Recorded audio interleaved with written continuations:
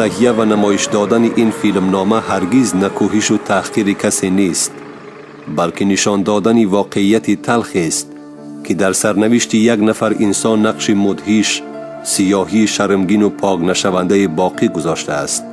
این واقعیت در پیراهه پرپیچ و تاب زندگی او را به بازیچه، قربانی دست دیگران تبدیل داده مجرای حیاتش را جانب دنیای برده است که آنجا تنها دسیسه و ماجرا، خودباختگی و بیگانه پرستی، نیرنگ و تقلب، رذالت و خیانت، بیننگی و بیناموسی، جهالت و بی‌حیثیتی حکم فرما بودند و امروز او در موجهای پرتلاطم این همه کثیفی راه نجات یافتن است، ولی مفکوره بند جهالت دستان او را به این جاده راهنمون ساخته او را بیشتر از پیشتر به آغوش این تاریکی تیله می دهند.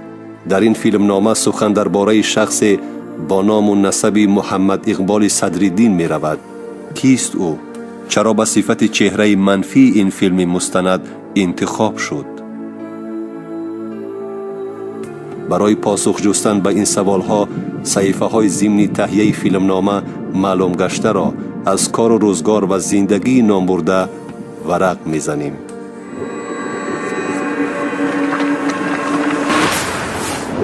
بی‌شرفی.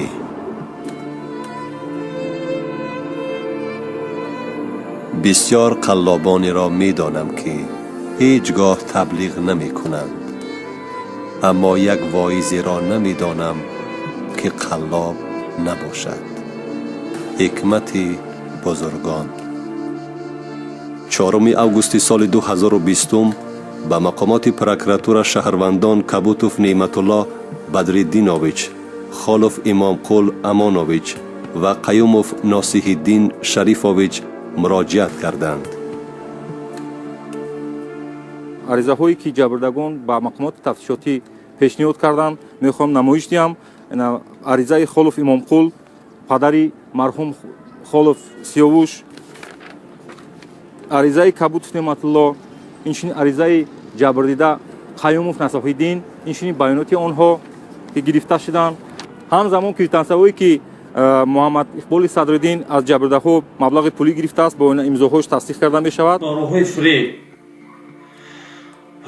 یعنی با سخنهایی که از آیات و حدیث و از یعنی استفاده برای اسلام از همین چیزا مردم فهم میکرد، پول میگرفت و همین قلابی میکرد، زندگیش اونجا پیش داد پیش میبرد. این کس یک قلاب، یک دروغگو، یک مشین بود. این من یک جبردیده 130,000 من گرفتگی از چند سال شده است که یعنی $100 برای من تا به حال نداده است. تا امروز به خدا قرض کنده است از دست همین محمد اقبال صدرالدین. تا چند صبر میکنید در غریبی ما گشته یا چشیدیم. خیلی سبب شکست خوردن همین کار گفت یا پختان میدونی که اکیجا سر زدی نه. ما هم دیگه علاجی گفت یا پوی تری چیزی نیست که ما خب کنیم بشینیم خب ما مجبوریم یا جا شکایت کنیم. قرض قولا رو دادن در کار شکایت کردیم. بعد کار ندارم اون طرفش تو چی کار داری نداری طرفش راستی و درستیش گفت اسمت کی برادر سبب گپ و خبر و شکست خوردن چنگیز دزدیدن به جا کردن تون شید شکست خوردن ها. منم خطی با قطاری اکی نعمت الله مرم شکایت ما کردم و این گپای زیادتی رم نگو، تحمت های بیهوده رم نکن. بگی گفتی گپا خیلی قدر قوتت بلنده بگی وستنوید کن، پول ملی مردم بگی وستنوید کن، تمام میشه که گپت نمیگم. در دوره‌ای که با دولت افغانستان فرار کرده بودند در نزد ملاهای همون سرزمین یگان تعلیم گرفته باشند، همین تعلیمات رو به کار برده در بین مردم از نام اسلام گپ میزد، مردم رو فریب میکرد. با همین واسطه از مردم مبلغ‌های زیادی میگرفت، از مردم به مبلغ $430,000 گرفته با وعده‌های فریب کننده خود آنها رو باور کنونید و مبلغ‌ها رو گرفته من همین خانه و در خرید و امروز فرزندان آنها به خانه و به در هر جا سرسان و سرگردان میگردند. مبلغ فریفته همین محمد اقبال امروز шиками ӯро дар хориҷ сер мекунаду мардуме ки маблағро бо як боварӣ ба ӯ доданд имрӯз муҳтоҷ ҳастанд, бехонаи бедар мондагӣ ҳастанд. пас аз омаданаш фаҳмидем ки падари мо дар шаҳри аморат дубайи муттаҳидаи араб бо ном шахс муҳаммад иқболи садриддин шинос шудааст ва аз маблағҳое ки барои тиҷорат ҷамъ карда бурдааст ки муҳаммад иқболи садриддин бо роҳи истифода аз мисолҳо ояти қуръон ва суханони бузургон ба боварии шаҳрвандони тоҷикистон аз ҷумла падари ман даромада маблағҳоро гирифта дар кадом бирҷаи ҷаҳонӣ гузоштааст. пас аз муддате ки падари ман баргашт омад, дигар ягом чӣ набуд, мо ҳама дороимонро додем. то ҳол ягом маблағерам нагирифтем ва ягом ҷавоберам нагирифтем. аз ин ҷиҳат ба мақомотҳои Тоҷикистон муроҷиат кардем, ба прокуратура ба корвазори кори дохилӣ.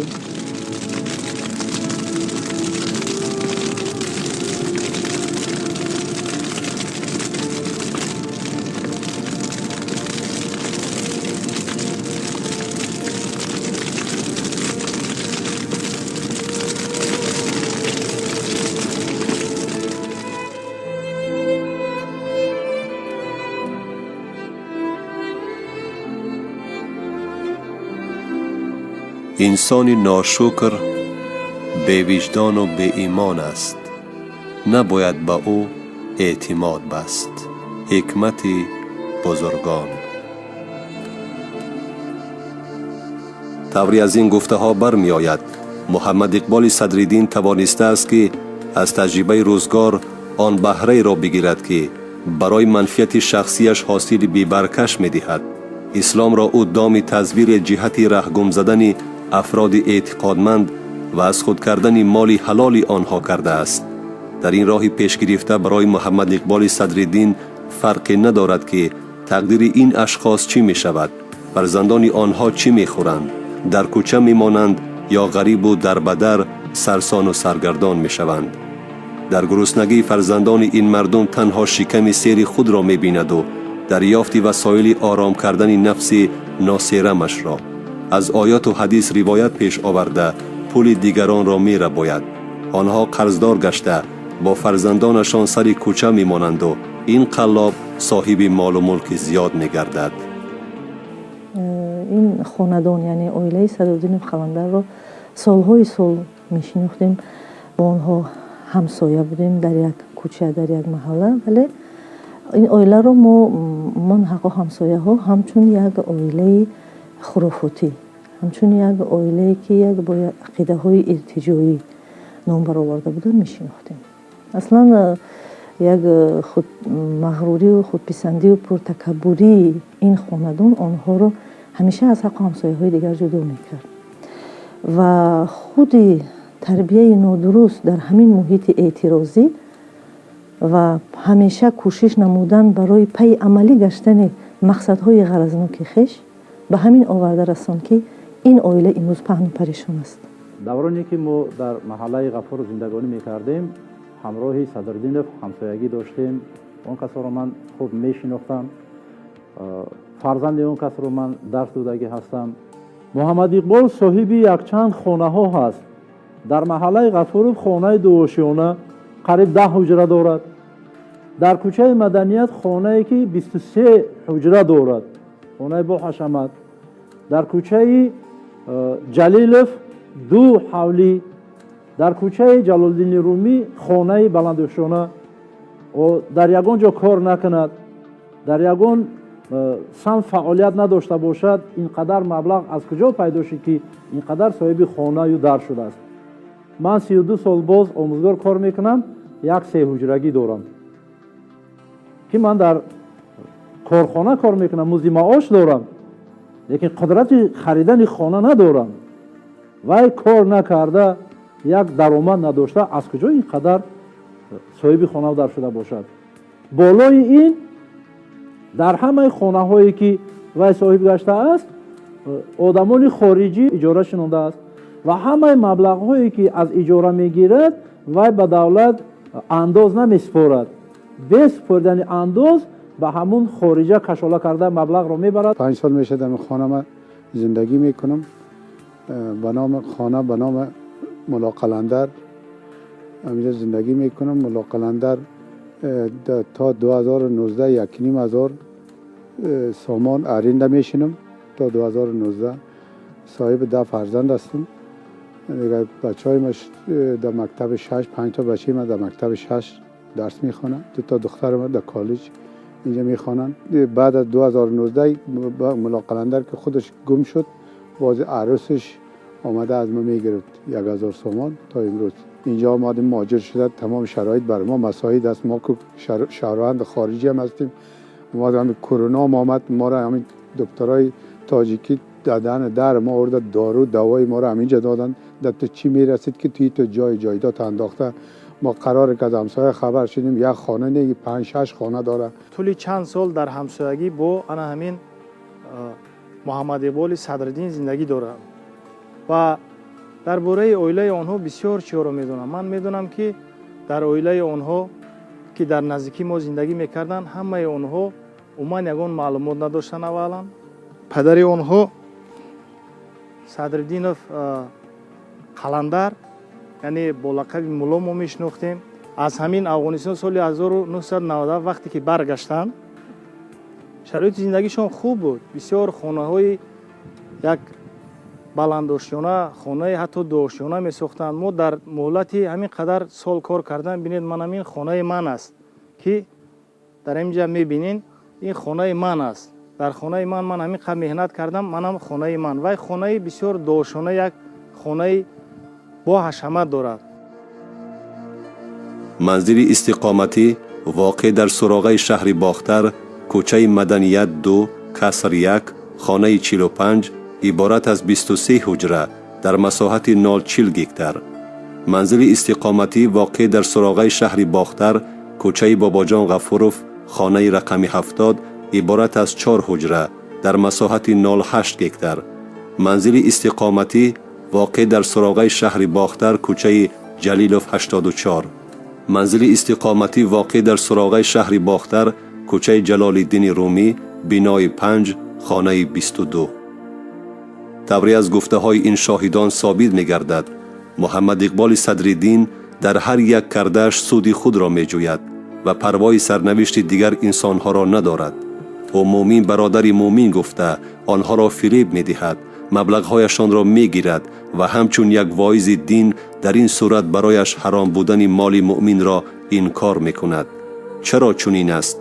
او که پیوسته در سامانه و صحیفه های اینترنتی از باب مسلمانی وعظ می خواند، چرا خود به دزدیدن مال دیگر مسلمانان مشغول شده است؟ چرا او نسبت به همدینان خود چنین بیرحمی را روا می بیند؟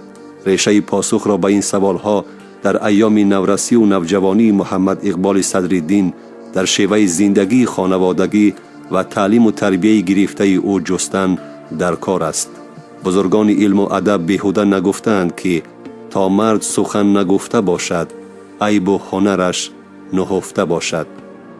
محمد اقبال صدرالدین در مکتب دانش کامل نگرفته است، زیرا پدرش او را مجبور می ساخت که به مکتب کمتر رفته بیشتر در نزد خودش و دیگر ملاهای توصیه دادهش سبق دینی گیرد. اسب تازی در طویله گر ببندی پیش خر، رنگشان همگون نگردد، طبعشان همگون شود. اگر از همین لحاظ، از همین یک پند خیلی مهمی انسانی اگر که خلاصه براری کنیم، به خلاصه آمدن ممکن است که همیشه بهادیهی این یا آن شخص، این یا آن فرد در عائله، بهادیهی را باید از محیط خانواده دید که چگونه فضا بود، در کدام محیط به واسطه او تربیت یافت، کلانسالان آنها چگونه بودند. یک انسان، یک ملا با نام ملا در ناخونک 14-15 نفر کودکی سن سالهای گوناگون را گرفته در شرایط خانه به یگان پروگرام تعلیمی، به یگان آموزشی سطح دانش اولیه این کودکان در کدام شرایط کلان شدن، تربیت کی را گرفتن، دانش اولیه، بعضی نیز نمیگن دانش اولیه یعنی دانش بنیادیشون تا چه اندازه است، همه را با یک ترتیب برای خودش معلوم یا که تو چه اندازه علما اساسناک نه که خودش از روی معلومات من گرفتم همگی صنف 5 تمام کرده است. صنف 5 حتی مکتب میانه را به پورگی کاملا خط نکرده است. او به همه کودکای ما تعلیم کرد. چی را تعلیم کرد؟ چی را تعلیم کرد؟ من نمیدونم.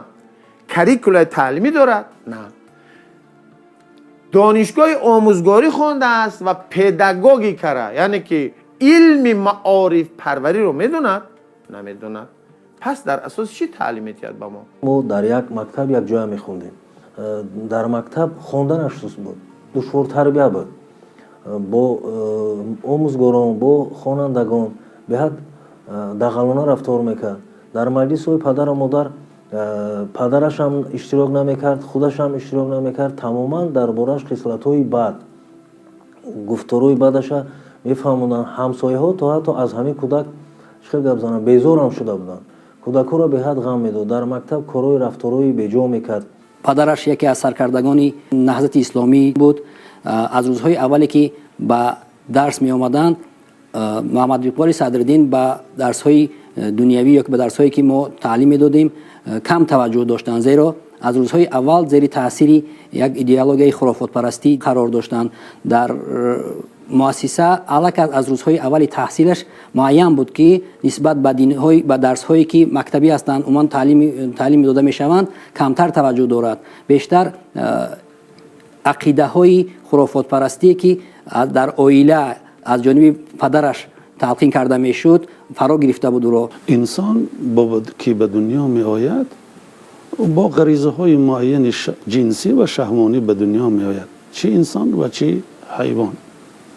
ولی انسان در زیر تاثیر محیط اجتماع، زیر تعلیم و تربیه صاحب خرد می شود، صاحب عقل سالم می گردد و او برای اداره نمودن همین گونه واقعا غریزه های گوناگون جنسی خود همین عقل و خرد و مفکوره را، تفکر را که زیر تاثیر همین محیط سالم اجتماع به عمل آمده است صاحب می شود و آن را اداره می کند.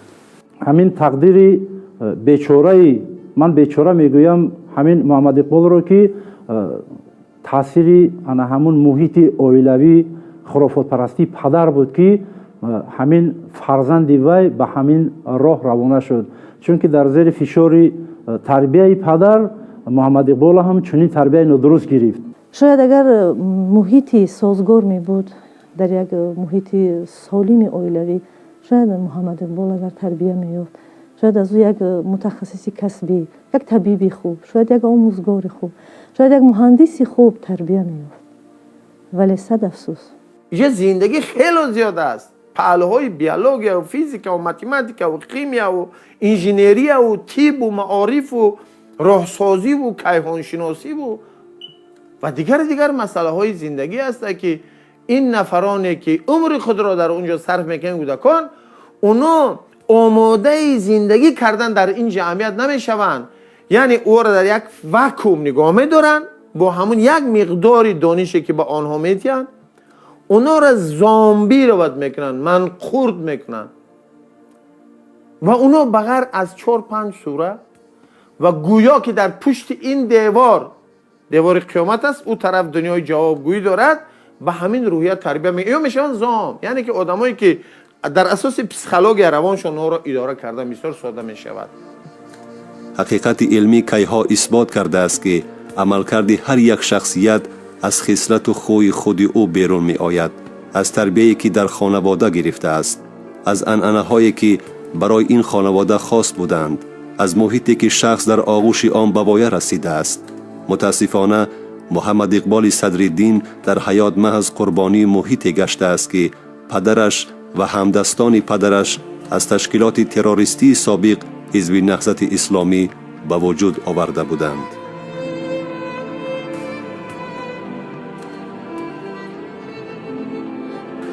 همه چیز در زندگی متوازن است. اگر شما وجدانتان را گم کردید، پس شما بیشرمی، بیشرفی و بیناموسی را پیدا نمودید. حکمت بزرگان. قلندر صدرالدین قلندر صدرالدین لقبش ملا قلندر سال تولدش 1948 زاده ناحیه نورآباد، ملتش تاجیک، عائله‌دار، صاحب 2 زن و 13 فرزند. قبلا استقامت کننده شهر باختر، کوچه باباجان غفوروف 70، 22 مارس سال 2019 در جمهوری پولشا وفات کرده است. شناسایی با شرح حال این خانواده بازگوی کننده دلیل های رد ناپذیری می باشد که از ناسالم بودن این عائله از نخست شهادت می دهند. بزرگ در یک اثرش می نویسد که آدمی خود را از عائله دیگر حیوانات جدا نمود، لیکن خصلت های حیوانی خود را با گذشت 10 عصر از یاد نبرد. این گفته ها در حیات، کار و روزگار و کردار و رفتار صادر کرده قلندر صدرالدین 100% ثابت می گردند. نامبرده سال 1985 از طرف سود شهر قرغانتپه با جرم دست زدن به زوافیلیا 1.5 سال از آزادی محروم کرده می شود. بعد ادای جزا برای گریز از این شرمندگی چندین دفعه جای زیستش را عوض می کند. خود اگر از خود ملا قلندر گیریم، همین خیلی اوضاع ها حتی بین حق و همسایه ها بود که دورانی که با فروختن چهارو مشغول میشد او رو بد اخلاقی متهم کرده بودن و از همین سبب او بارها از بیشتری وقت از همسایه ها راه گریز میگفت. در یگان جو ملا این همسایه ما کار نمیکردن، یعنی یگان کارخانه یگان کار نمیکردن، با فروش چهارو مشغول بودن تا حتی یک کاری نامعقولی کرد که با چهارو دست درازی کرد. در همین دوره چطوری که من گفتم همین با محکمه شیست با اون خاطره که با حیوان خانگی مناسبتی بد اخلاقانه نمود. انا همین بود که وی را با محکمه کشیدن و بعد از اون که از جمهوری اسلامی افغانستان برگشته آمدن، اویلش رجبی حتی نخواست با وی زندگی کند و وی با حنیفه خان نام یک زنی دیگر که همسین سالی فرزند کلانیش بود خانه‌دار شد و 13 فرزند داشت. یگان فرزندی وی معلوماتی عالی ندارد. درباره آن دهشت و وحشت، قتل و خونریزی، خرابی هایی که سرکردگان این حزب تروریستی بر سر ملت تاجیک آوردند، میلیون ها صحیفه نوشته شد. گناهگار این جنگ سنگین و ننگین بودن نهضتی های تروریست پر از ثابت گشت و حاجت به تکرار این موضوع نیست. اینجا باید یک نقطه تاکید گردد که نهضتی ها در برابر صدها هزار نفر از جمله زن و فرزند و دیگر پیوندان و نزدیکان خویش را به بدبختی مواجه ساختند. محمد اقبال صدرالدین یکی از آنهاست. او در حقیقت نورسی بیگناهی بود که بدون اختیار خودش به صحنه دهشتناک و پس پردگی حیات خاصی دایره های افراطی کشیده شد. تربیه خود ملا قلندر از سبب اون که درست براه مونده نشده بود، شاید فشاری همون سرپرستان خارجی بود که وی رهبر حزب نهضت اسلام بود، وی باید به مردم خدمت میکرد، به وطن خدمت میکرد. برعکس به جای اینکه خدمت کند وی مردم رو به شور آورد، به سر مردم یک بلایی رو آورد که مردم نهایت به یک حالت بدی گرفتار شدند، کوچ بستند. چقدر مردم از فرزندان محروم شدند، از خانه در محروم شدند، به سر مردم یک بلایی را گرفتار کردند که یک قسمت زیادی جوان مردان ما رو هلاک کردند، کشتند. خوب به نظر می رسد که اینجا محمد اقبال صدرالدین یک قربانی است، قربانی همین ایده های ارتجاعی که اون دوره زیر تاثیر پدرش، زیر تاثیر سابق حزب نهضت اسلامی مانده بود. یعنی ببینید در اینجا اگر ما تحلیل نماییم میبینیم که اول آن چیزی که در عائله، در محیط عائله از پدرش ملا قلندر به او تاثیر رسیده است و اون زیر تاثیر روانی پدر مثلا بگیریم به همین راه رفته است. دویم محیطی که در آنها مثلا بگیریم در عائله آنها، در محیطی که همون پدرش و اعضای حزب نهضت اسلام بودند، تأثیری به واسطه به روانی محمد اقبال صدرالدین رسیده است. و سوم زیر تأثیر ایده های ارتجاعی، جهالت پرستی سابق حزب نهضت اسلامی دیگر تمام پیوندان محمد اقبال صدرالدین و پدرش و اون پیروانش زیر همین تاثیر موندن و امروز محمد اقبال صدرالدین به مثل یک بیچاره یا که یک قربانی همین ایده گشته است. یعنی به یک گرداب فرو رفته است که از آن راهی برآمدن را نمی‌بیند.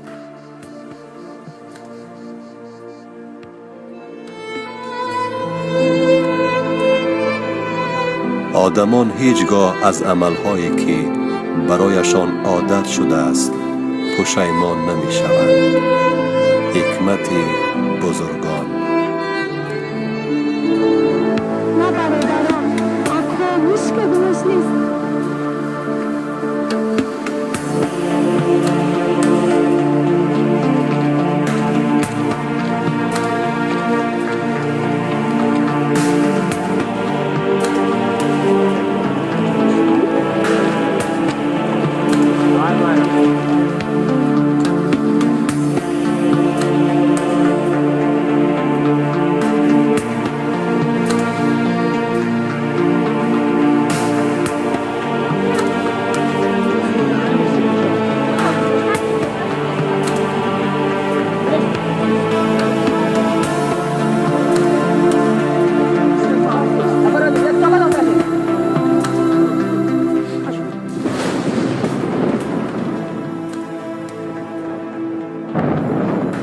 سلام علیکم.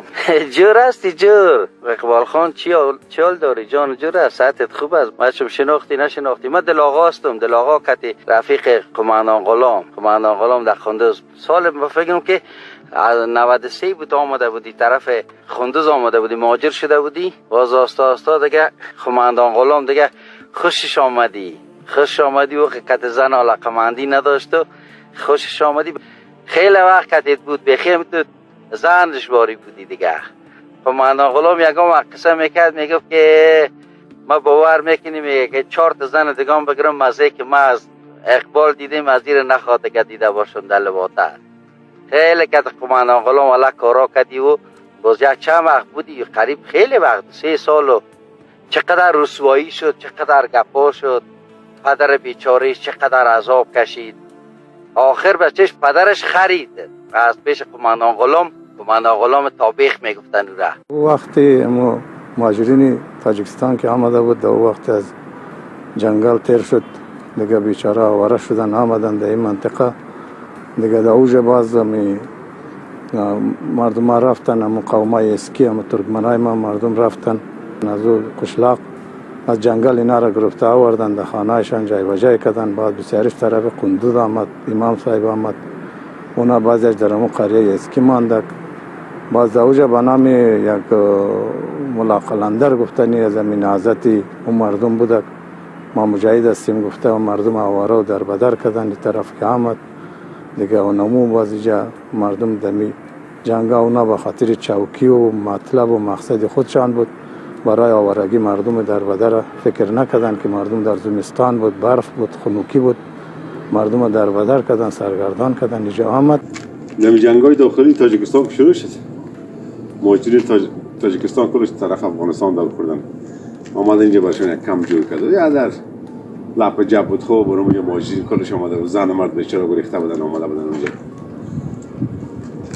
این میجه بعدا به نام ملا قلندر آب یک نفر اعتباری هست عبدالله نوری از رئیس هست چیز رهبر نهضت اسلامی تاجیکستان بود. این نفر اعتباریش بوده که اینمی بعدا کمک‌ها را جذب میکرد از ایران و از هر مملکت از افغانستان از هر جای کمک‌ها را جذب میکرد و بیادر میگرفت نصفش برای مهاجرین توزیع میگن نصف دیگه زیر بعد خودش میفروخت. شام نگه شد. یک دوست بسیار صمیمی بر ما پیدا شد ملا قلندر. این ملا قلندر خیلی دوستی و رفاقت ما کی سر شد و دیگه ما که دکان داشتیم یا همین کمک‌های خیلی از دمی سازمان ملل از سرویس‌ها رو هر چیزی که برایش میآورن این بود همین چی میگیم همین مواد خوراک مربوط به میشد از همین نهضت اسلامی همون مردم تاجیکستان. بازی از همون خوراک مردم چیزی مثال کمپل بود و مثال هر چی که بود بازی میآورد پت ای خوراکی هم خلق خودشان مثال میآورد با ما سودا میکرد میگه خمیر برای ما جاگا میآورد شام میآمد یا شام میآمد پت میآورد سودا میکرد باز ما این را برش پول میدادیم میره بدر. در دوره‌های هجرت در افغانستان در کمپ خانه آباد یک قسمت مهاجری تاجیکستان جایگیر شدگی بودن. در همون کمپ خانه آباد در اونجا راهبر تقسیمات خورد و خوراک و دیگر چیزهایی که از دولت‌های برای کمک برای مهاجران می آوردن، ملا قلندر همونجا مسئول بود، نماینده بگیم حزب اسلامی در همون کمپ خانه آباد. و ما چند بار همون مهاجرا را خبر گرفتیم و در وقتی با اونا واخوردن اونا عرض کردن که همین ملا قلندر چیزایی را که برای کمک مردم میارن اونو میگیرن و پره به دستی همون مهاجران نمیرسن.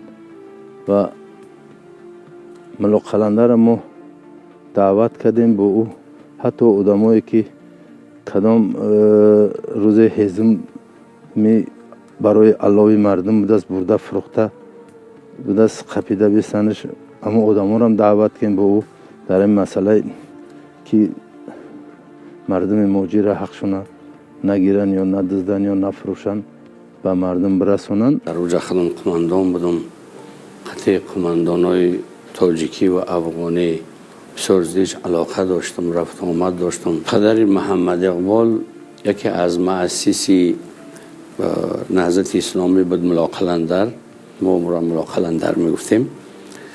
و از طرف نوری همچون مسئولی تقسیماتی همون خیریه هایی که از طرف صلیب سرخ، هلال احمر به طرف نهضت مهاجرین داده میشید، او هم یکی از مسئول ها بود. پدرش وقتی که مسئول همون صلیب سرخ بود و بگیم که خیریه ها همه در دست پدر همه بود، در دست ملا قلندر. خیلی پسرش 12-13 ساله بود تخمینا.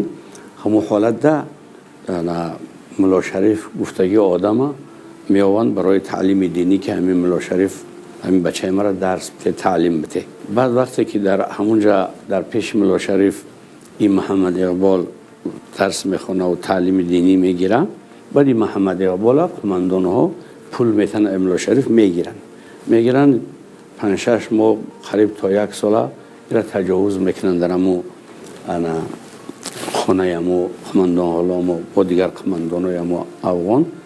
بعد از طرف بگم که تاجیک ها و افغان ده همین چیز آوازه میشه. یک کسی دیگه بود به نام ملا شریف، همین چیزی که مهاجرین که از طرف آمده بودن یا درس اسلامی میداد، درس از نهضت بود، اکبر نماینده نهضت بود، درس اسلامی میدادشون. برادر این بچه ملا قلندر نیست، این دیگه یک بچه داشت یک به نام اقبال، چی یک شایی بود، یک معقول بچه بود. این برادر پیش از اینمی چیز درس میخواد پیش ملا. این ملا دیگه خودم چی کارا کرد بالاخره یک روز قماندان غلام، ما چیم نمیفهمم بچه تکنیک بچه حساب اینو گرفت آورد کتی خود بچه چی ده. این بچه دخترانه پوش بود، یک دختر کار دخترانه، کالای دخترانه در جامش میکرد، میپوشید. بیادر این دیگه هر روز کار نامشروع کردش میکرد. یکی از روزها بعد من رفتم طرف دکان هلال، میبینم که اقبال بعد به اینجا در زیر پای هلال چی میگی؟ والا گفتم اگه نتیگه بانم نه نمیشه. خب بالاخره فشاری کردیم، ما هم داده یک چکه زدن بودی بچه دیگه مختار شد، هر دیگر میامد نموجه میداد عملی شد دیگه. قلندر امی میامد و میرفت، باز یک روز هم بچه که یک پیرا آورد بود، چی میشه که بچه میشه، نامش چی است؟ نامش محمد اقبال است. پدرش یک روز آمد بود و میردم پیش ملا شریف میمونیم، اون چیزای نهضتی است که اون تاجیکستان مردم خودم تاجیکستان بود دیگه ملایشون. باز اینجا پیش همون میخوند چند قپس، باز دید همی در کدام جایی بچه را همی قماندان غلام میبینن، در کدام کوچه اونجا میبینن. خیلی بچه که سفید و خوشرو بوده، سفیده که خوشرو بوده، معقولش میشه همی قماندان میگه به همون چهش وظیفه میده که پیدا کنید همین بچه را. باز یک روز همی توی بود رفتیم، همی خیلی مردم در توی رفتیم کدام چیز همی قماندان غلام توی بود. ما رفتیم خیلی همی اون همی رواجی مال چیز همی قماندان بچه بازی زیاد میکنن. باز خیلی همین دنبوره و همین طبله و همین چیزا بود. دیدیم که آقای همین بچه همین قلندر دیدیم که همون بچه است. این بچه خیلی کلاه زنکای پوشیدن، در پاش زنگ بسته کردن، این بازی میکرد. این بچه ما تو خیلی یک دیگه همون قلندر پیش ما میامد و یک کسی دیگه میره میشناخت. این بچه رو بینیم بچه نیست که پیش دکان میامد، ما تو منامور است. گفت والا کار چی نشد، کار بد شد، ما نمیدونم خیلی کاری اون قماندان دیگه. ملا قلندر یک بچه تو مقبول داشت، خوشروی بود و نامش دیگه محمد اقبال نام داشت. وزیر یادم آمد محمد دیده بود اونم محمد اقبال را باز حسابی بچه اونم باز بچه ویرش گرفته گوجه در میمانخانه دیگر در توی و در تمام چیزا می بردن و اوجا رقص و بازی میکردن و بعد از او باز کارهای نامشهور قطیش میکردن. در او صحنه بود که نه باز دیگه اسکرای از او هم مخته شد به این کار، باز خودی او بچه هم موافق شد که همین رقم کارها را با امرایشان بکنه.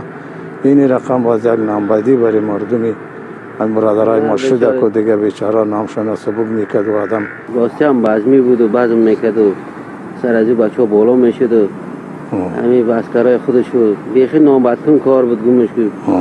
همین نام فامیل افغانستان و تاجیکستان بیخی در کدام توی موی میرفتی البته توی میرفت. چرا بچه بازیشان خدا توی میشد دیگه. تنبور چالان بود و بچه بازی بود میرفت بیخی کار نامشهور همین گفتنش خوب نیست که آدم بگه میره. پدری ازم مگر چند ملا بود. یک روز باز دکان بیم قلندر آمد. قلندر گفتم که همون بچه محمد اقبال دیدیم پیش قماندان غلام چی میکرد پیش دو توی بود و کلاه زنکی را پوشیده بود و این بزم میکرد بازی میکرد و این پدرش همون تو سرش همون قلندر سرش تا و جگرش خون و مردم ایره کی در اونجا برده پیش قماندان ایره کی معرفی کرده. گفت والا خیلی همین یک کار شد دیگاله چی رقم کنیم چی رقم اینجا بگردیم چی کنیم اینجا. مردم خیلی بچه تا چی رقم میکنه پیش کشیده. گفت خیلی نمیدونم بخواد چی رقمی کنیم. مسئولیت کرد که ما گفت خیلی نمیشه، گفت آشم خان گفت نمیشه، گفت مجبور ما اینجا بریم، گفت یک فند فریب کرد از اینجا ایلا کنیم دیگه آبروی اینجا دمان نمونده اینجا پیش خلق پیش همه اگه سرم خم شد. گفت اگه باید ما بریم یگان ولایت یگان طرف دیگه بگردیم بریم. گفت دیگه گمش کردم دیگه. آخرهای ماه فوریه سال 1993 با سپارش رهبر سابق حزب نهضت اسلامی سید عبدالله نوری در شهر طالقان سازمان امنیت مهاجرین نهضت اسلامی تاجیکستان تأسیس داده شد که در اونجا رئیس سازمان با تخلص خالد جمعبگ سلام تعیین شد. معاونان او سلطان حمد و بنده یعنی که سیاق و سیجاد و ششایبش معاونان رئیس سازمان امنیت مهاجرین تاجیک تعیین شده بودند. قید کردن ضرور است که بعد تأسیس دادن سازمان امنیت مهاجرین نهضت اسلامی تاجیکستان در تمام شهرهایی که کمپ‌های مهاجرین وجود داشتند، علل خصوص در شهر قندوز، شهر خاناباد، شهر طالقان ولایت تخار و در شهرهای تاشقرغان و مزار شریف ولایت بلخ شعبه‌های همین سازمان امنیتی نهضت اسلامی تشکیل کرده شدند. باید گفت که همه روزه معلومات هایی که اوید وضعیت کمپ های مهاجرین دسترس شعبه های سازمان امنیتی نشد و همه روزه معلومات های همه روزه وضعیت داخلی کمپ های مهاجرین رو ما در دست خود داشتیم. در بین معلومات های به سند وارد گشته با ما درباره پسر یکی از مؤسسان و سرکردگان سابق حزب نهضت اسلامی صدرالدین قلندر یا معلوم با نام ملا قلندر معلومات رسید.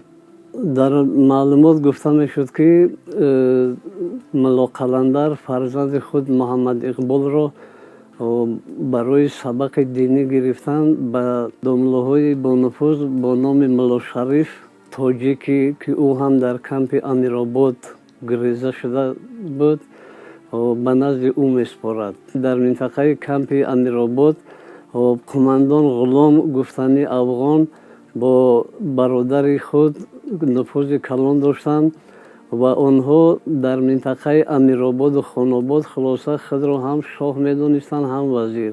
آنها به کسی اطاعت نمیکردند و گپ کسی را هم نمیگرفتند.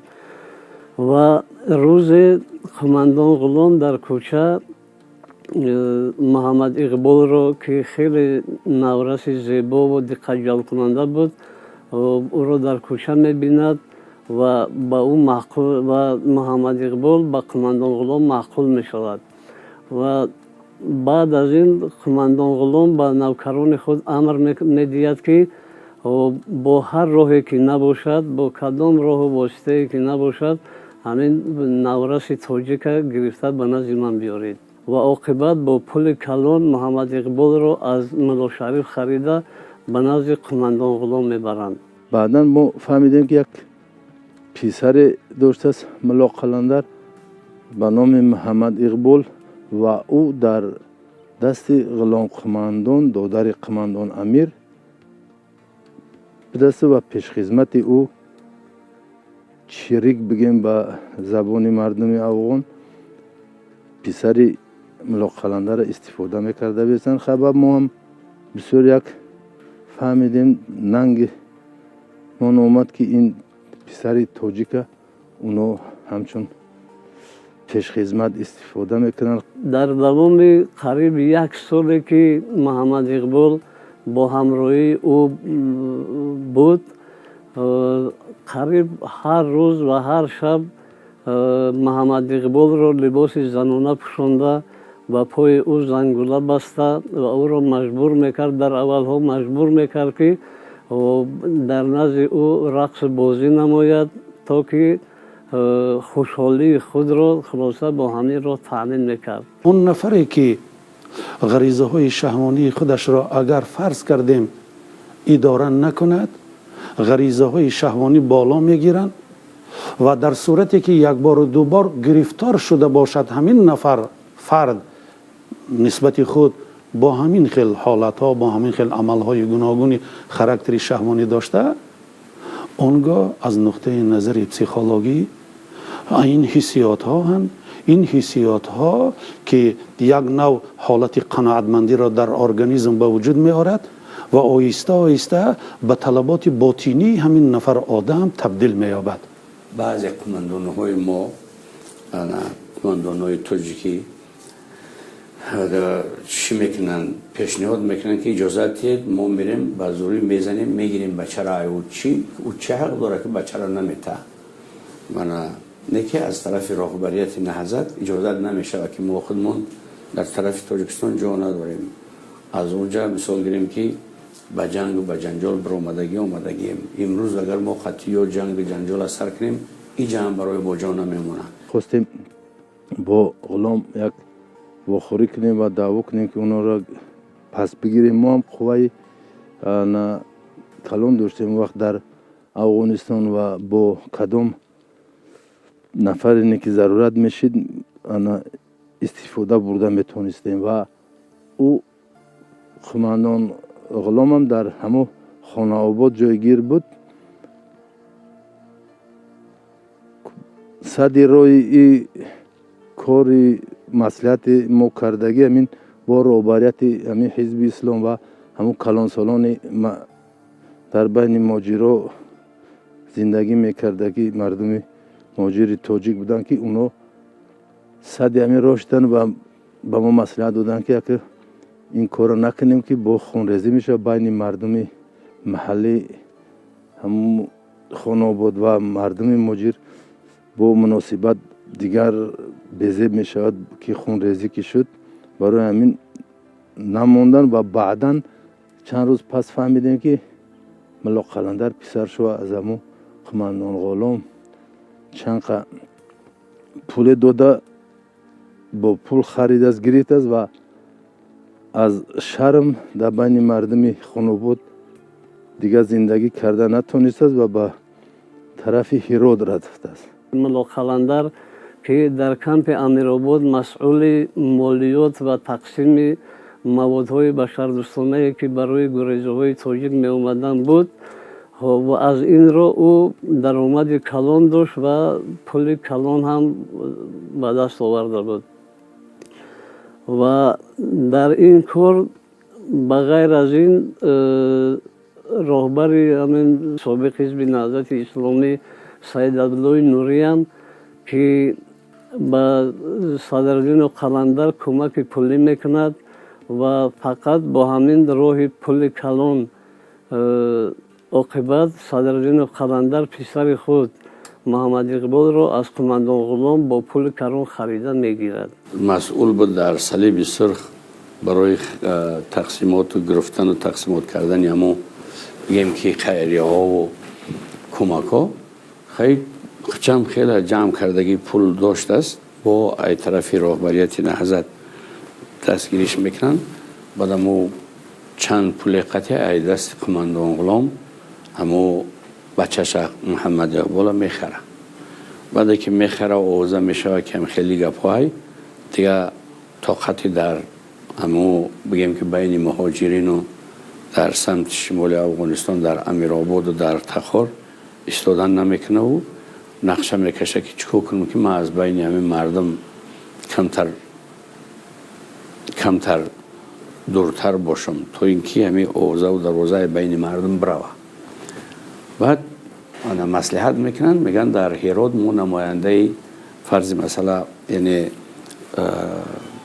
دفتری همین نهضت اسلامی را نداریم در چند اطراف و گوشه های افغانستان و خارج از افغانستان داشتن نکی اونجا نداشتن. بعد میگن این ملا قلندر بسیار چی داره یعنی تجربه داره میتونه که در همون هرات هم یک دفتر بکشه و با برای کمک هایی که برای نهضت در کاره از او صلیب سرخ هم با زیادتر این فایده بیاره.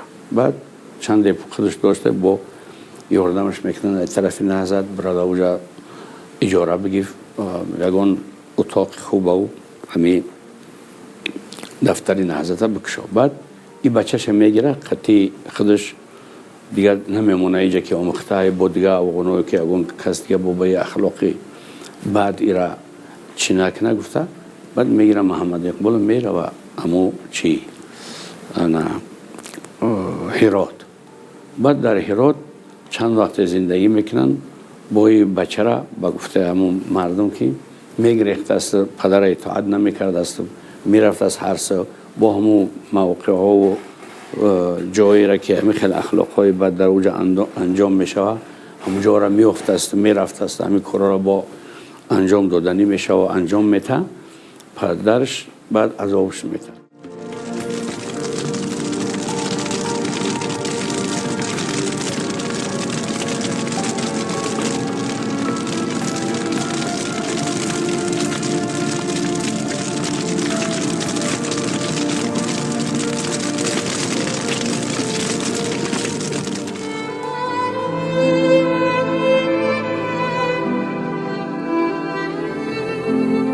شرم و ناموس به لباس مانندند هر قدر فرسوده شوند به شرف نسبتشان همان قدر به پروا می گردد. حکمت بزرگان. قلندر صدرالدین از شرم و حیا دیگر نمی توانست در اردوگاه گریزگان در قندوز بماند، زیرا هر یک گریزه قصه نکاح محمد اقبال را با قماندان غلام می دانست. خرد و کلان، زن و مرد هم در بین گریزگان و هم ساکنان افغانستان در این باره می گفتند و ملا قلندر و پسرش محمد اقبال را با انگشت نشان می دادند و او روز اهل عائله‌اش را گرفته به هرات می گریزد. ولی آیا می توان از بی‌شرفی فرار کرد؟ محمد اقبال نورس اساسی ترین مقدسات مردی را از دست داده بود، ناموس را.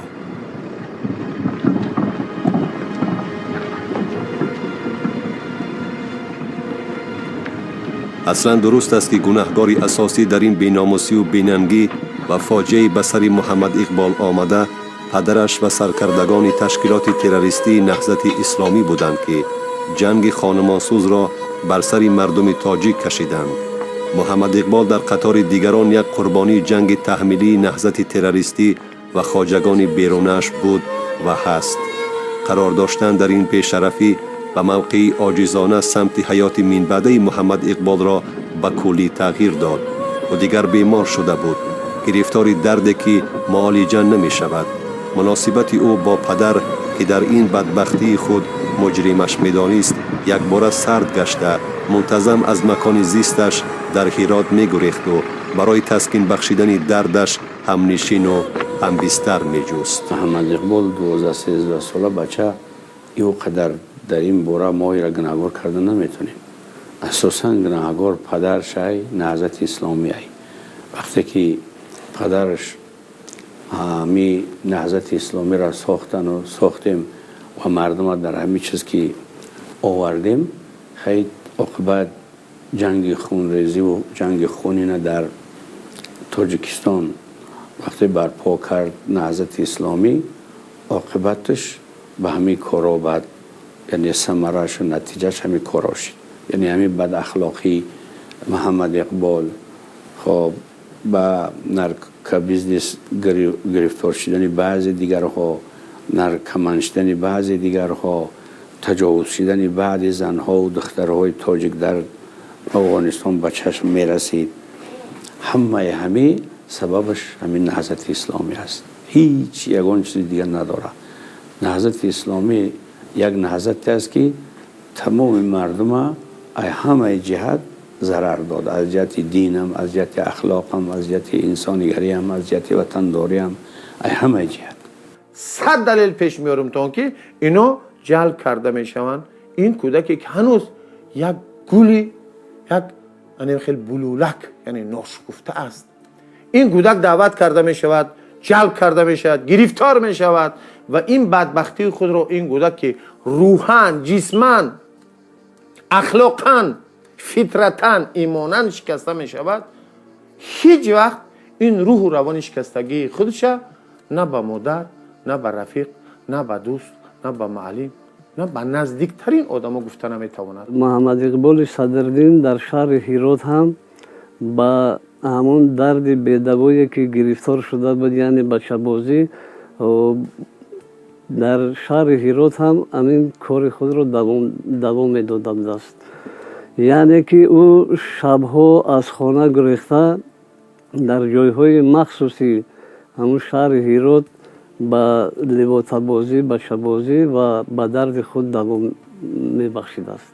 در همون هرات هم فهمیدیم که یک چند وقت همون محمد اقبال گپی پدرشون گوش نکرده، خیلی کسل یار شدگی بوده است، دیگه شبا به هر طرف میرفت است و عاقبت پدرش قطعی بسیار گپای پست و پلنگ زده، اوجا گریخته طرف پاکستان رفته.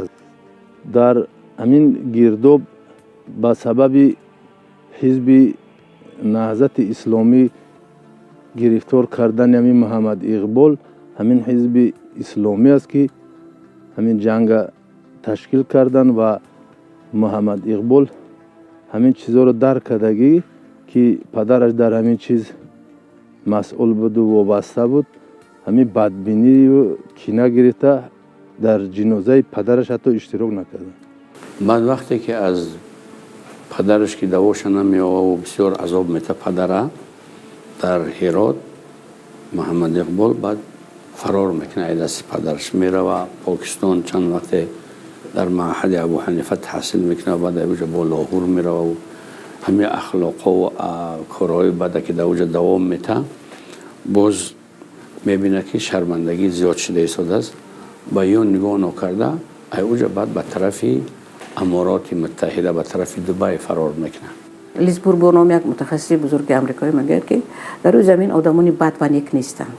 همه آدمان در زندگی اوزاری دیدند و در نتیجه این اوزارها خاراکتر آنها تقدیر آنها با وجود آمده است.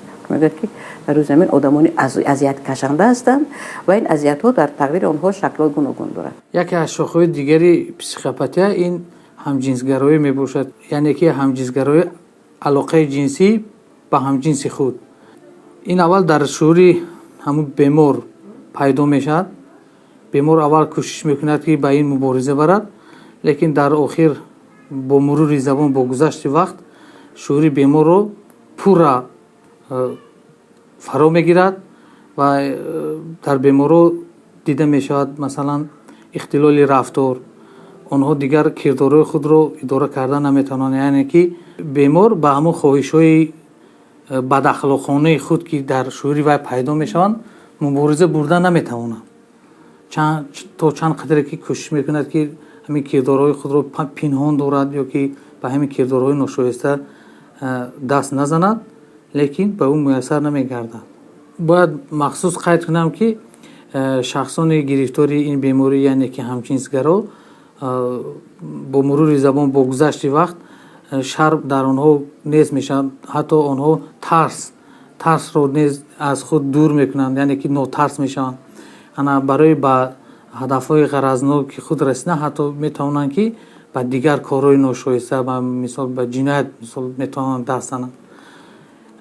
یعنی که چقدر درباره گفتیم این ناموس این آدم‌ها نیست میشود. این آدم‌ها به حالت خود به حالت نهایی خود از نقطه نظر تنقیدی نگاه نمیکنن، یعنی که چقدر که به اصطلاح با زبان روسی میگن به حالت خود کریتیکا ندارن.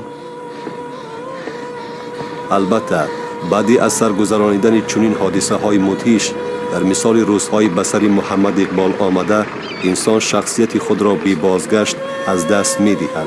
ننگ و ناموس، شرف مردی برایش بیگانه می گردند. شرم از نهادش گم می شود، بیرون می گردد. در کوچه و بازار مکان و خانه های مخصوص را می جوید تا عادتی در وجودش یک عمر مسکن گرفته را برای مدت تسلا بخشد. او معتادی را می ماند که برای از بین بردن درد و پیچش استخوان‌ها جهت دریافت مواد مخدر به هر عمل قادر است.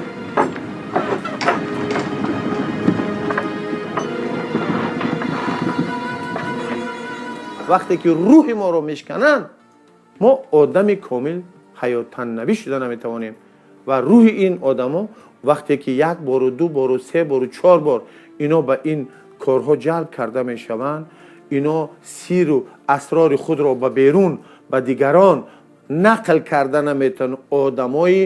آدمایی میشوند که همیشه در یک فضای محدود زندگی میکنند. آدمایی میشوند در دل خود کینه زیاد میگیرند.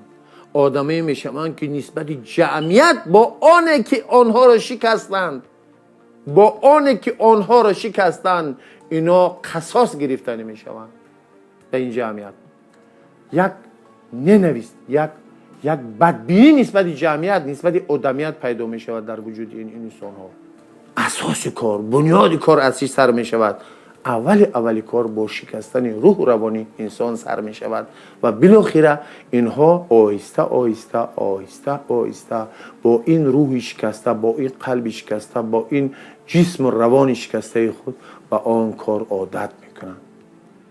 از همه بدبختترین اعمال این است که وقتی روح و روان اینها شکسته می شود اینا کوشش میکنند که دیگرها را به این بدبختی جلب کنند، کودکان دیگرها را جلب کنند، پسران دیگرها را، دختران دیگرها را که آنها در مکتب میخوانند اگر گالستوکش بستگی و لباسهای زیبا پوشیده رشک میکنن به آنها و کوشش میکنن که از طبقه سالم به طرف خودشان آدم را جلب کنند.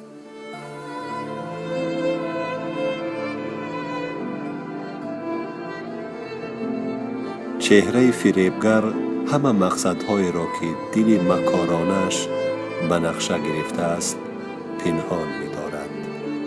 حکمت بزرگان. طور شاهدان نقل کردند بعد این حادثه های پر از ننگ و نفرت و شرمندگی در میان عامه ملا قلندر با اهل عائلش به هرات کوچ بست، یعنی خواست از نظر جامعه و مردم خودی آبرو ریخته و پسری ناموس باخته‌اش را پنهان کند، ولی کجا میتوان از خود گریخت؟ هر دفعه محمد اقبال را دیدن آتش شرم و خجالت سراپای وجودش را میسوخت، خاکستر میکرد. و ضمن این شب و روز از خانه غیب زدنهای محمد اقبال احوال او را خرابتر میساخت، زیرا یقین میدانست که پسرش باز پی جستن ملهم دردی که دوایش رفته است.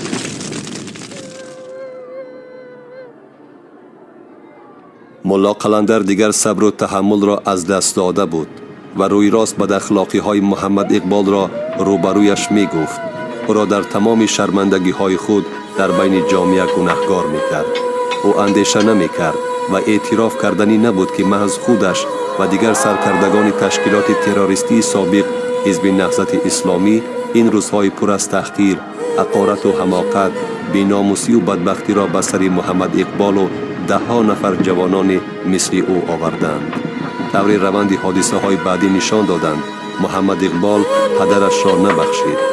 بعد فریب دادن شریکان تجارتی و صاحب مبلغ مفت گردیدن او به اروپا گریخت و جامعه را دریافت که برای دردمندان چون او مکان راحت است. او اکنون مصرعی کند همجنس با همجنس پرواز را زود تکرار می کند و به معنای اصلش شرح می دهد. تنها پدرش را تا آخرین نفسهای عمرش نبخشید، چون در وجودش نیمی ذره از اصالت انسانی و مهر بر پدر باقی نمانده بود. در جنازه او اشتراک نکرد، حالانکه در اروپا قرار داشت و با خرج کمترین می توانست خود را تا مکان دفن پدر رساند. این عمل تکراری همان مناسبتی بود که سرکرده تشکیلات تروریستی سابق حزب نهضت اسلامی محیدین کبیری نسبت به مادرش روا دید. کبیری وکیل مجلس نمایندگان بود. با کارهای شخصی و حزبیش به مسکو رفت و در وطن مادری بیمار و تشنه دیدار فرزند وفات کرد. با وجود آنکه تمام امکانات‌های مالیوی را در اختیار داشت، به جنازه مادرش نآمد، حالانکه همه روزه در مسیر مسکو دوشنبه 6 ریس پرواز موجود بود. کبیری منفیت‌های خود را از جنازه و گسیل مادر در راه آخرین بالا گذاشت.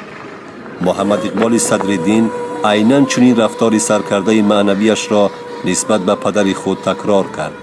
یعنی به زیاده از 20 ریس پرواز سمالیات‌ها بین فرانسه و پولشا، حرکت بی‌محدود قطاره و اتوبوس‌های مسافرکش نگاه نکرده به جنازه پدرش نآمد. پدر پرارمان دنیا را ترک کرد و پسر حتی پس از مرگش او را نبخشید. اونایی که از پدر رنجیدن خیلی روشنن. این گونه آدمان از تمام رهبرها میرنجند، زیرا دعوای محبت پدر رو از رهبر میخواهد بگیرد. رهبر که پدرش نیست اون رو دادن نمیتواند. او از رهبر ناراضی است، و از معلمش ناراضی است، و از رئیس قشلاقش ناراضی است. و من از همه آنهایی که از نگاه موقع اجتماعی روانی میتوانند در مسند پدر بشینند، از اونها اون دعوا رو دارد و از بس که گرفتن نمیتواند همیشه در حالت جنگ، مخالفت، ناراضگی، اعتراض با این آدمان قرار دارند.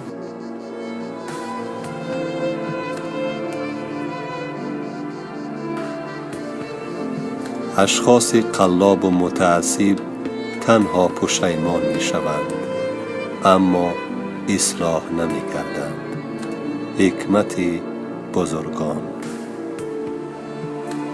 از ناموس گم کرده مثل محمد اقبال صدرالدین دیگر چی را می توان انتظار شد؟ در نهاد او شخصیت جایگاه خود را گم کرده است. از نشانه های مردی برایش تنها همان واژه نشان دهنده حیثیت جنسی باقی مانده است که در ورقه شناسنامه‌اش ثبت است. محمد اقبال صدرالدین ثمره، میوه تلخ نهال جنگ است. سخن اینجا تنها درباره او نمی رود. حادثه بر سر او آمده باید نفرت همگان را نسبت به جنگ به وجود آورد. این فاجعه ملی است که نورس را غلام پدیده منفور و شرماور دایره های افراطی موجوده بچه بازی گردانیدند. این غلام دیگر حیثیت و شرف ندارد. مفکوره غلامی و مبلغی از حساب آن دریافته دیگر برایش امکان نمی دهد که از مقدسات سخن گوید. حتی اسلامی او در نوک زبانش است، نه در عمق قلب. اگر مسلمانی حقیقی می بود از تهمت، غیبت، دروغ، دشنام، ناسزا، بدنام کردن دیگران، رنجانیدن، عیبجویی سخنچینی، ریا در گفتار، شهادتی بر دروغ، خبری را ندانسته پهن کردن، سوء استفاده دین و مذهب، با مکر و فریب قرضدار، کساد و خانه ویران کردن مردم پرهیز میکرد. این گونه آدمان میتوانند در هر کجای زندگی ما با شما بخورند و اگر که این گونه آدمان به عرصه سیاست میدرآیند، خرابکاری را میتوانند از خانه خودشان سر کنند. اینا میتوانند نسبت ملت خودشان، نسبت دیار خودشان، نسبت اهل و اولاد خودشان، خشتبار خودشان، باز بس که محبت ندارند، نفرت، این جایی که محبت نیست اونجا خلق نفرت پر میکنند و آنها همه این اوزار و علم و داشتگیشان رو به سر دیگران میریزند. یعنی علم عیسی رو از موسی میگیرند و در این میتواند پیش روشان ملت هم باشد، میتواند اهل و اولادشان باشد، خشتبارشان باشد. اینها اون وقت دیگر چون که گفتم این چون کودکی که برای قند خشم میکند، اون وقت دیگر اینو جدا کردن نمیتوانند که این به منفعت ما است یا به ضرر ما است، این به منفعت کی هست به منفعت کی نیست. اینها همیشه از منبر درد سخن میکنند. وقتی که یک جاتون درد میکند عقل تحلیلی کار نمیکند. محمد اقبال صدرالدین قربانی است، قربانی جنگ و جنگ اندازها در سیمای تشکیلات تروریستی سابق حزب نهضت اسلامی، جنگی که برادر را میکشت، جنگی که یک نفر را به خیانت کردن مواجه ساخت. اول در برابر ناموس جوانمردی، اکنون بر ضد ملت خود، تحقیر و بیناموس شدن خود را عیب ملت حسابیدنی است. میخواهد انتقام گیرد. توسط هرزگویی ها و حقارت و توهین در شبکه های اینترنتی آرزو دارد که چنین درد و بدبختی ها باز بر سر ملت بیاید. تعداد خیانتکاران و همصف و همدردان خود را زیاد نماید. این آدمان خیلی خطرناکند، برای خودشان خطرناکند، برای اطرافیان خطرناکند. آنها با کمک ما و در بعضی موردها شاید با اصولهای دیگری که آنها باید از دیگران برکنار کرده شوند شاید نیاز دارند. همه اصل عملهایی که ما داریم از نیت آغاز می‌یابد. اگر سرچشمه کار ما نیت ما محبت باشد، عالم گلستان میشه. ولی اگر نیت، سرچشمه، منشأ عمل ما، تکان دهنده کار ما نفرت باشد، رنجش باشد، انسان به مراد نمیرسد و به کسی هم نیکیش نمیرسد. و جایی که قدم این آدم میرسد متاسفانه میتواند خرابی ها به وجود بیاید. مسلم است که ملت ها محض برای پیشگیری نمودن چنین فاجعه های ننگین و سنگین استقلالیت میخواهند. صلح و صلاح، آرامی و آسودگی را مقدس میدانند. ما نیز باید به تکرار شدن چنین حوادث ننگین دیگر راه ندهیم. ریشه منفور عقیده، مفکوره افراطی تبلیغ کننده جهالت و تاریکی را که زمینه بر سر محمد اقبال ها آوردن چنین اذیت و آزار را فراهم می سازد نیست نماییم. امروز ما در وطن عمر بسر می بریم که راه فردای نورسان و جوانانش روشن و درخشان است. هر یکی از تمام امکانات برخوردار است تا آزادانه در مکتب، دانشکده و دانشگاه تحصیل نماید، راه دلخواه سرنوشتش را خودش انتخاب کند و آینده خود را با دست خویش بسازد.